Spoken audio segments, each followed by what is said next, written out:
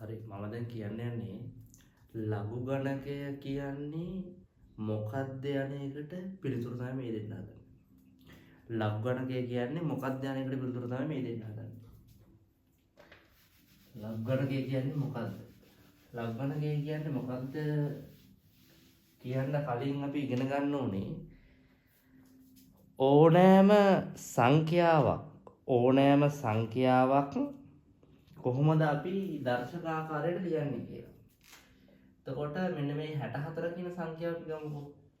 64 කියන සංඛ්‍යාව අපිට ලියන්න පුළුවන් දර්ශක ආකාරයෙන් ලිව්වොත් එහෙම 2 6 වෙනි බලය කියලා.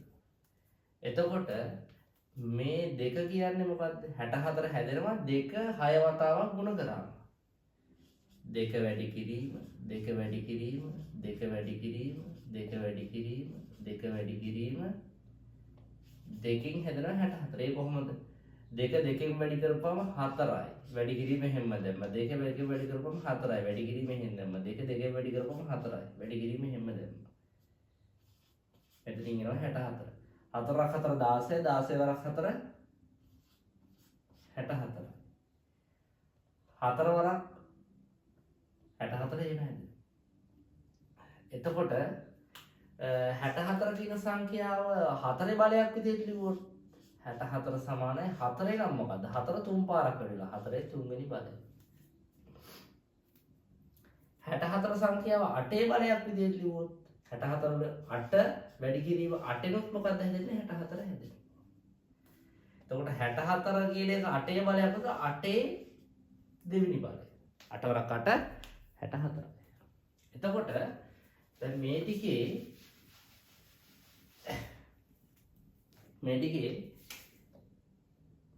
මෙන්න මේකට කියන්නේ මොකද්ද? මේකට කියනවා මොකද්ද?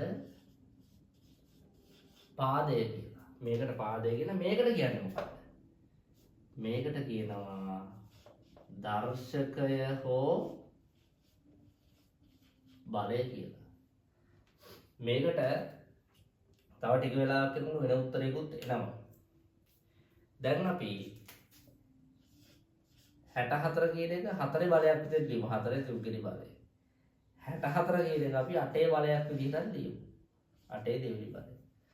මේක අපි ලඝු ආකාරයට පෙරලනවා. කොහොමද පෙරලන්නේ? ලඝු දෙකේ පාදයට 64 ලඝු ගණකය සමානයි කීයද? 6යි කියලා තමයි අපි මේක ලඝු ගණක ආකාරයට ලියනකොට කියන්නේ. 64 4 තුන්වෙනි බලය 64 සමානයි 4 තුන්වෙනි බලය කියන එක ලඝු ආකාරයෙන් ලියන්නේ. ලඝු 4 පාදයට 64 ලඝු ගණකය සමානයි 3යි කියලා තමයි ලියන්නේ. ලඝු දෙකේ පාදයට නෙමෙයි 8 පාදයට 64 ලඝු ගණකය සමානයි 2යි කියලා තමයි ලියන්නේ. අපි මේක කියවනකොට කියුවේ කොහොමද? අපි කියුවේ ලඝු දෙකේ පාදයට 64 ලඝු ගණකය සමානයි 6යි. ලඝු 4 පාදයට 64 ලඝු ගණකය සමානයි 3යි. ලඝු 8 පාදයට 64 ලඝු ගණකය සමානයි 2යි. කියලා තමයි මේ කියවන්නේ. එතකොට අපිට මෙතනින්ම උත්තරේ එනවා මොනවටද? ලඝු ගණකය කියන්නේ මොකක්ද කියන උත්තරේ මෙතනින්ම අපිට හොයාගන්න පුළුවන්. කොහොමද හොයාගන්නේ? අපි සලකනු ලබන සංඛ්‍යාව යම් කිසි වූ පාදයකට අනුරූපව මොන බලයද කියන එක තමයි ලඝු ගණකය කියලා කියන්නේ.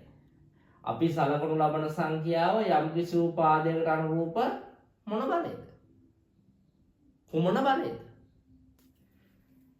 64 2 6 වෙනි බලය. 64 කියන්නේ 2 6 වෙනි බලය. එතකොට 64 දෙකේ පාදයෙන් නම් 6 වෙනි බලය. එතකොට අපිට මෙතනින් අපිට දැනගන්න පුළුවන් කාරණා මොකද්ද? ලඝු ගණකය කියලා කියන්නේ අපි සලකනු ලබන සංඛ්‍යාව යම් කිසි පාදයකට අනුරූපව මොන බලයක්ද කියලා ප්‍රකාශ කරන එක. ඒකෙන් අපිට ලඝු ගණකය කියන එකට පුළුවන්. ලඝු ගණකය කියන්නේ මොකක්ද ඇත්තටම? ලඝු ගණකය කියන්නේ බලයක්. මේක තමයි ලඝු ගණකය මේක. මේක තමයි ලඝු ගණකය. ඒ කියන්නේ යම් කිසි පාදයකට අනුරූප බලයට තමයි අපි කියන්නේ ලඝු ගණකය කියන්නේ. යම් කිසි පාදයකට අනුරූප බලයට තමයි අපි ලඝු ගණකය කියලා කියන්නේ. මේක ඊටාම වැදගත්. ලඝු ගණක ඉගෙන ගන්නකොට ලඝු ගණකය කියලා අහුවාම ළමයෙක්ගෙන් අහුවොත් ලඝු ගණකය කියන්නේ මොකක්ද කියලා ඒ ළමයාට සැබෑ අදහසක් නැහැ. මෙන්න මේ අදහස අනිවාර්යෙන් තියෙන්න ඕනේ. යම් කිසි පාදයකට අනුරූප වන බලයට තමයි අපි ලඝු ගණකය කියලා කියන්නේ. අපි සලකනු ලබන සංඛ්‍යාව යම් කිසි පාදයකට අනුරූප බලයකින් ප්‍රකාශ කරනකොට එන්න ඒ අදාළ බලයට තමයි අපි කියන්නේ ලඝු ගණකය කියලා. මෙතනදී අපිට ඒක ඉතාම හොඳට පැහැදිලිව කියවෙනවා.